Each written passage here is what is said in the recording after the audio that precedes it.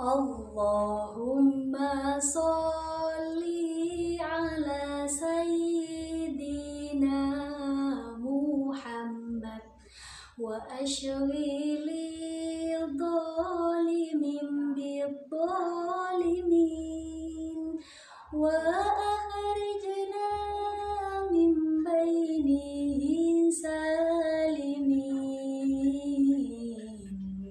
wa ala alihi wa sahbihi ajma'in. Kalau ingin makan ketupat, makanlah ketupat yang hangat. Kalau ingin mendapat rahmat, jawablah dulu salam saya dengan semangat. Assalamualaikum warahmatullahi ta'ala wabarakatuh.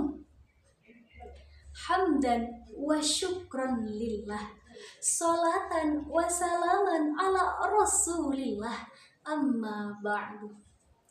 Yang terhormat Dewan Juri yang arif dan bijaksana, para panitia lomba yang semangatnya luar biasa, serta pemirsa, para sahabat-sahabat da'i dimanapun kalian berada, semoga senantiasa diberikan nikmat sehat oleh Allah Subhanahu wa Ta'ala, baik sehat badannya, sehat hatinya, maupun sehat dompetnya. Amin Allahumma.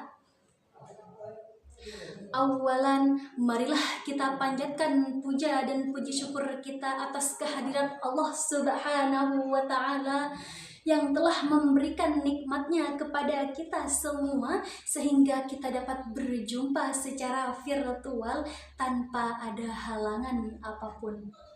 Thanian, salawat ma'assalam semoga tetap tercurah limpahkan kepada junjungan kita Nabi Muhammad sallallahu alaihi wasallam yang telah membawa kita dari fata morgana menuju keabadian yang nyata.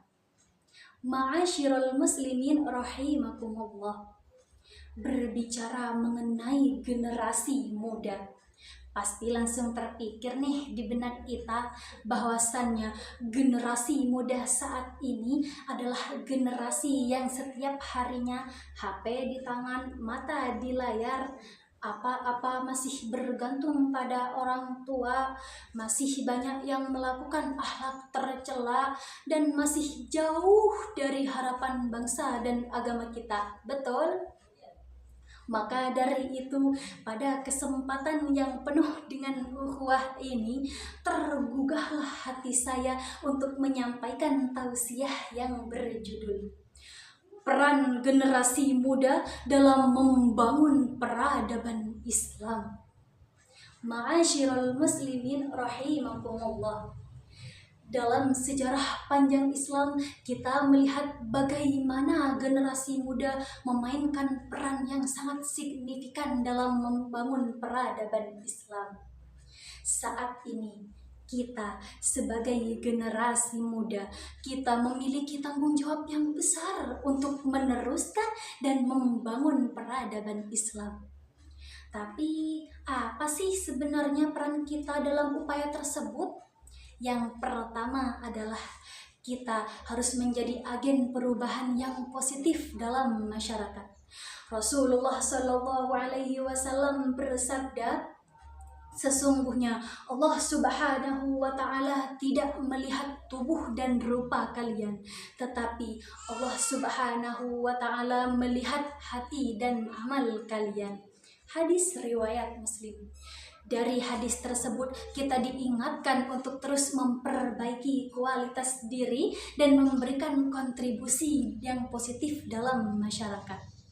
Yang kedua, kita harus memperluas ilmu pengetahuan. Dalam Al-Quran surah Az-Zumar ayat 9, Allah Subhanahu wa Ta'ala berfirman, A'udzu billahi minasyaitonir rajim. Bismillahirrahmanirrahim. Qul hal yastawil ladzina ya'lamuna wal ladzina la ya'lamun innama yatadzakkaru ulul albab. Al-ayah, yang artinya, Katakanlah, apakah sama orang-orang yang mengetahui dengan orang-orang yang tidak mengetahui? Sesungguhnya hanya orang yang berakallah yang dapat pelajaran. Dari ayat tersebut sangat tertulis jelas bahwasannya pendidikan yang baik adalah kunci untuk membangun peradaban yang kuat. Karena dengan ilmu, jalan kehidupan akan terarah, segala urusan akan mudah, masa depan lebih cerah, dan wibawa pun bertambah. Leras napa mboten? Tetapi ilmu saja tidak cukup. Maka yang ketiga adalah kita harus memperkuat iman kita. Dalam tafsir Al-Baydawi surah Al-Mujadilah ayat 11 dijelaskan bahwasannya Allah Subhanahu wa taala akan meninggikan derajat orang-orang yang beriman dan berilmu beberapa derajat dengan memberikan pertolongan di dunia dan di akhirat. Kadang ya, para generasi sekarang maunya cuma leha-leha terus, gak mau dikekang, gak mau diatur. Makanya harus ada batasan, yakni iman.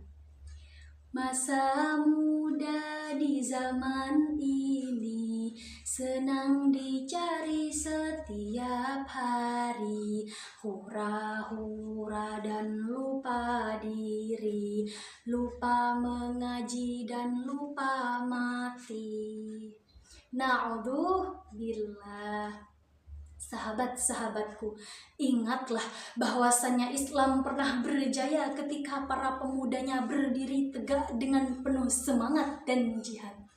Kita lihat bagaimana para pemuda Ashabul Kahfi yang dengan gigih mempertahankan keimanan mereka di tengah godaan dunia. Ali bin Abi Thalib yang sejak usia muda sudah membuktikan dedikasi dan keberanian yang luar biasa. Lihatlah bagaimana Muhammad Al-Fatih menaklukkan Konstantinopel di usia muda, dan lihatlah bagaimana Ibnu Sina dan Al-Khawarizm memberikan sumbangsih yang sangat besar dalam ilmu pengetahuan. Mereka adalah contoh bahwasannya dengan iman dan ilmu para pemuda Islam dapat mengubah dunia. Ma'asyiral muslimin rahimakumullah. Yang terakhir adalah kita sebagai generasi muda harus pintar-pintar dalam memanfaatkan teknologi. Di era yang serba digital seperti saat ini, kita bisa gunakan internet untuk belajar dan memperluas ilmu pengetahuan. Contohnya, kita bisa dapat membuat konten Islami, berdakwah di sosial media, atau kita bisa memposting ulang konten yang berbau-bau Islami. Hadirin yang dirahmati Allah, hari ini kita berada di zaman yang berbeda, namun tantangannya tetap sama, yakni membangun dan mempertahankan peradaban Islam. Maka dari itu, kita sebagai generasi muda yang menjadi harapan bangsa, menjadi harapan agama, menjadi harapan orang tua, dan kelak kita akan menjadi harapan mertua, marilah kita menjadi generasi muda yang berani bermimpi, berani beraksi, dan berani mengubah dunia dengan berpegang teguh pada ajaran-ajaran Islam. Jalan-jalan ke pasar Pacitan, jangan lupa membeli makanan. Cukup sekian tausiah yang dapat saya sampaikan. Kurang dan lebihnya mohon dimaafkan. Akhirul kalam, tsummassalamu alaikum warahmatullahi ta'ala wabarakatuh.